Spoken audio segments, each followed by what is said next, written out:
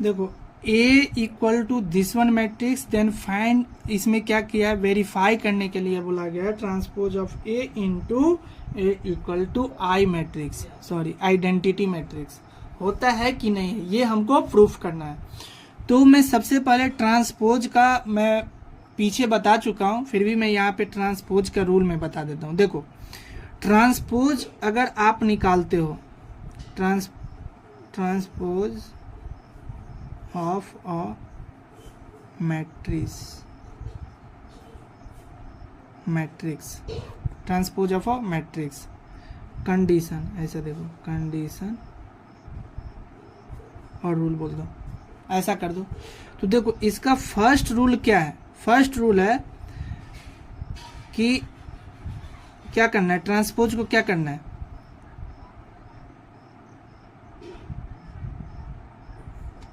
Change row to column, okay, change row to column और column to rows, column to rows. इसमें क्या मैंने क्या बोला कि रोज को क्या कर देना है, कॉलम में चेंज कर देना है, और नहीं तो रो को, कॉलम को रोज में चेंज कर देना है, यही इसका रूल है और कुछ भी हार्ड नहीं है इसमें। तो ए ट्रांसपोज आप जब निकालोगे यहाँ पे, तो cos alpha sine alpha minus sine alpha cos alpha का जब ट्रांसपोज निकालोगे, तो अभी मैंने क्या बोला कि रोज को कॉलम में चेंज कर देना है, रोज को। तो ये देखो ये फर्स्ट रोज है तो फर्स्ट कॉलम है, फर्स्ट रोज को first column, corresponding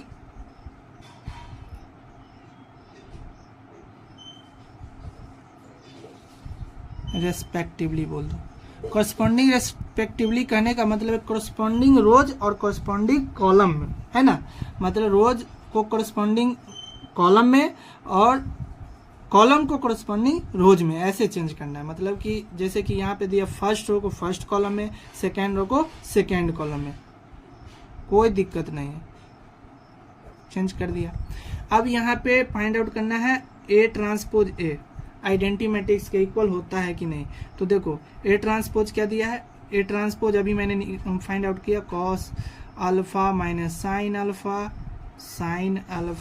into cos alpha, okay, and multiplication क्या करना है ए, तो ए क्या है cos alpha sine alpha and minus sine alpha cos alpha, okay, यहाँ तो समझने में कोई दिक्कत नहीं।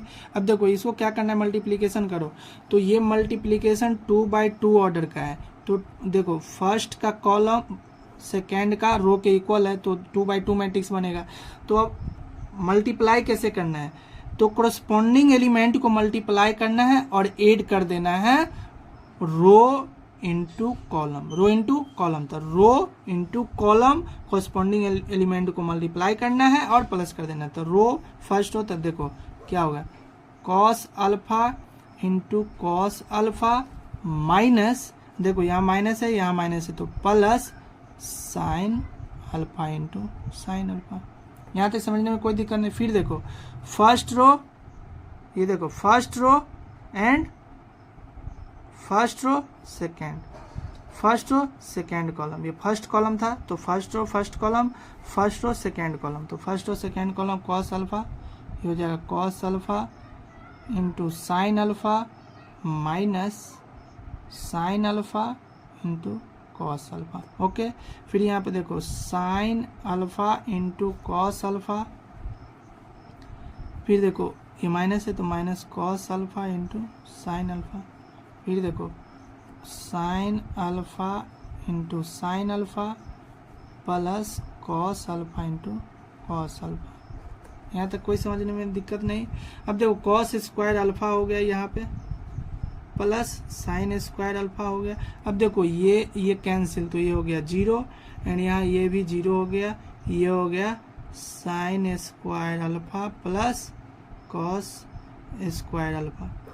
अब देखो sine square alpha plus cos square alpha equal to 1 होता है। ये ट्रिगोनोमेट्रिक आइडेंटिटी फंक्शन में है, मैं बताऊंगा ट्रिगोनोमेट्रिक फंक्शन में कि sine square alpha plus cos square alpha equal to 0। आपने मैट्रिक 10th स्टैंडर्ड में भी आपने पढ़ा होगा। ओके,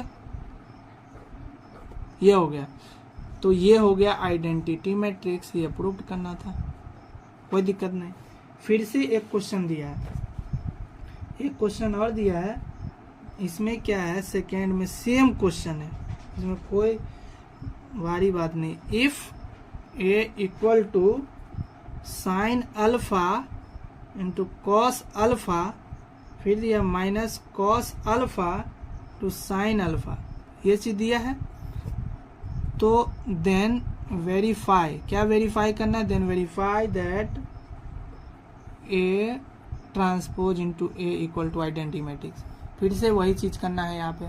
तो अब यहाँ पे मैं डायरेक्टली लिख देता हूँ, A transpose A equal to क्या होता है। ए ट्रांसपोज जब आप इसको निकालोगे तो ये हो जाएगा साइन अल्फा कॉस अल्फा, ये हो जाएगा minus cos alpha sine alpha. Okay, ए तो आप यहाँ पे दिया ही गया है sine alpha and cos alpha minus cos alpha sine alpha. देखो यहाँ पे मैंने स्टेप बाय स्टेप बता दिया, यहाँ पर मैं डायरेक्टली बता रहा हूँ। ओके, तो अब क्या करना है, मल्टीप्लाई करना है 2/2 में।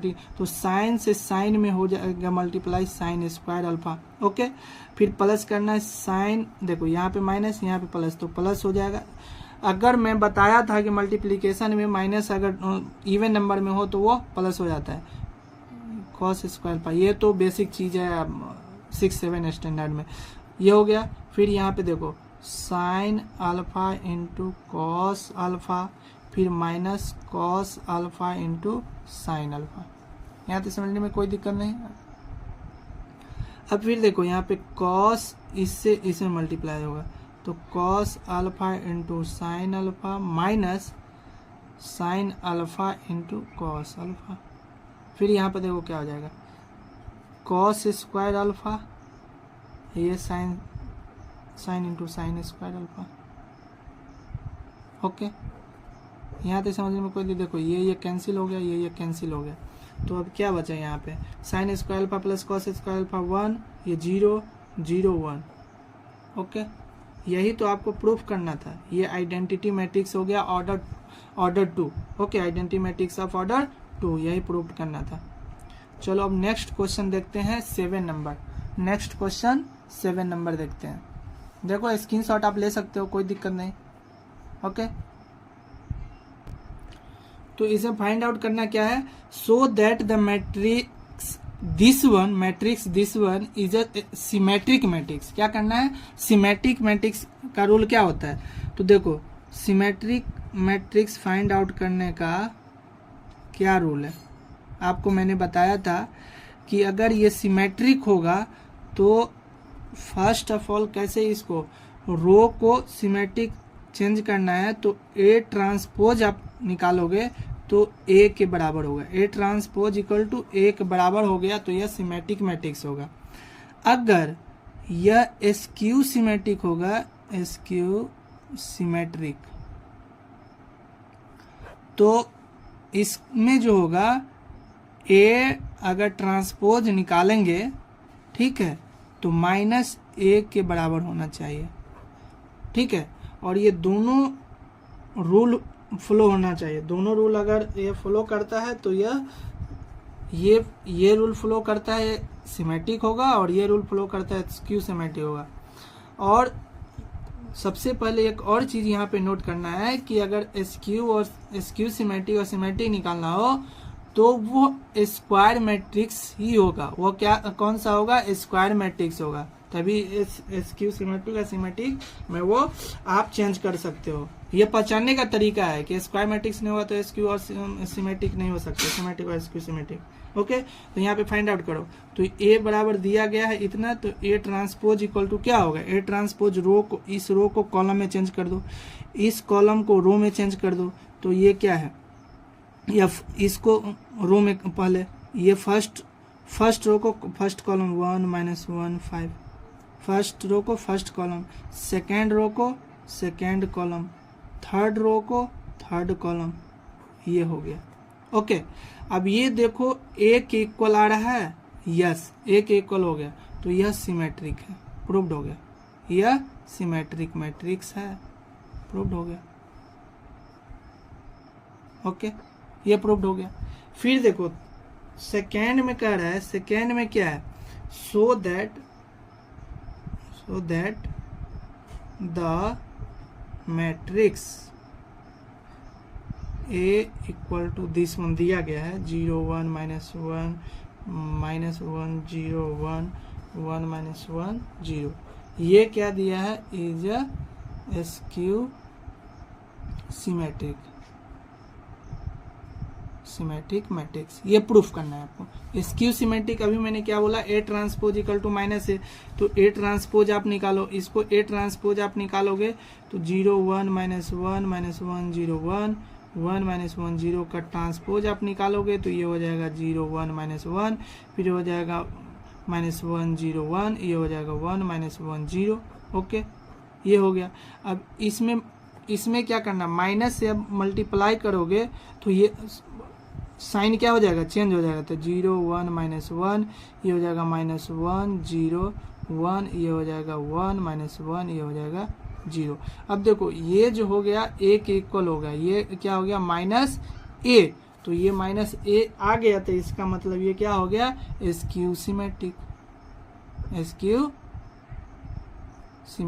हो गया। यही प्रूव करना था, स्क्यू सिमेट्रिक मैट्रिक्स, यही तो प्रूव करना था, स्क्यू सिमेट्रिक मैट्रिक्स प्रूव करना था, प्रूव्ड। ओके, तो कुछ नहीं है, सिमेट्रिक एंड स्क्यू सिमेट्रिक में कुछ भी हार्ड नहीं है। अब फिर से फाइंड आउट करना है नेक्स्ट क्वेश्चन, 8 नंबर क्वेश्चन में क्या दिया है। सो देखो ये आपका कितना था, ये 7 का फर्स्ट था एंड सेकेंड था। ओके, एंड 8 नंबर में देखते हैं क्वेश्चन में क्या कह रहा है। 8 नंबर क्वेश्चन में क्या कह रहा है, फॉर द मैट्रिक्स क्या, for the matrix A equal to 1 5 6 7 ये दिया है, देन वेरीफाई करना है। क्या करना है, वेरीफाई करना है। क्या करना है, फर्स्ट में क्या दिया है, फर्स्ट में देखो क्या दिया है, A plus A transpose is a symmetric. क्या करना है, सिमेट्रिक मैट्रिक्स। तो सिमेट्रिक मैट्रिक्स क्या फाइंड आउट करना है, ए प्लस ए। तो सबसे पहले हम ए प्लस ए ट्रांसपोज निकालेंगे, तो ए प्लस ए ट्रांसपोज, तो ए है 1 5 6 7, समझ में आ गया। अब प्लस में ए ट्रांसपोज, तो ए ट्रांसपोज 1 5 6 7 हो गया, ए ट्रांसपोज मैंने निकाल दिया। अब दोनों को जब ऐड करोगे तो ये हो जाएगा 2, ये हो जाएगा आपका 11, 6 + 5 11, 7 + 7 ये हो जाएगा 14। ओके, यहाँ तक समझने में कोई दिक्कत नहीं है। अब इसको क्या करना है, ये जो मैट्रिक्स हो गया, अब इसमें क्या करना है, ए प्लस ए का क्या करना है, होल ट्रांसपोज करो। होल ट्रांसपोज इसके बराबर आ जाएगा तो वह डिफाइन होगा, अदर तो ए प्लस ए ट्रांसपोज का होल ट्रांसपोज निकालोगे तो क्या होगा, इसका ट्रांसपोज निकालना 2 11 11 14 का ट्रांसपोज जब निकालोगे तो ये हो जाएगा, क्या हो जाएगा, ये 2 11 11 40, ओ नाइस, इक्वल टू आ गया ए प्लस ए ट्रांसपोज आ गया, तो ये बराबर आ गया, मान लो ए, तो ये क्या हो गया, सिमेट्रिक हो गया। क्या हो गया, सिमेट्रिक, प्रूव्ड हो गया, है ना। देखो यहाँ पे इसके बराबर आप P भी मान सकते हो, और ये इक्वल टू P आ गया, है ना, और ये P और यहाँ पर हमने क्या निकाला, P ट्रांसपोज, ऐसे करके तो P हो गया, P transpose P equal to symmetric. And second में क्या दिया गया, देखो सेकेंड में दिया है कि A minus A transpose is a skew symmetric, symmetric. देखो ये प्रूफ करना है, तो ए माइनस ए ट्रांसपोज जब आप निकालोगे तो क्या हो जाएगा, देखो इसको क्यू ले लो, Q equal to A minus A transpose, तो ए माइनस ए ट्रांसपोज ए दिया गया 1 5 6 7 1567 और माइनस ए ट्रांसपोज होगा 1567। जब इसको जब आप सॉल्व करोगे तो ये हो जाएगा आपका 0 और ये हो जाएगा -1 और ये हो जाएगा 1 और ये हो जाएगा आपका 0।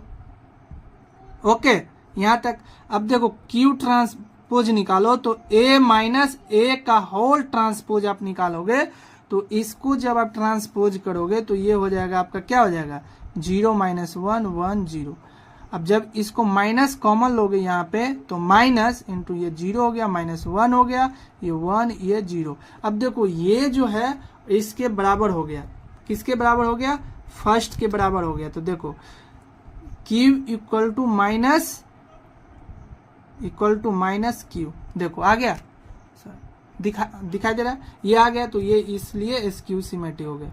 और स्क्यू सिमेट्री का पहचान एक और है कि डायगोनल एलिमेंट क्या होगा, 0 होगा। डायगोनल एलिमेंट क्या होगा स्क्यू सिमेट्रिक में, 0 होगा। स्क्यू सिमेट्रिक होने के लिए उसको डायगोनल एलिमेंट क्या होना चाहिए, 0 होना चाहिए। देखो यहाँ पे डायगोनल एलिमेंट यहाँ पर भी 0 है यहाँ पर, और यहाँ पर भी 0 आ गया।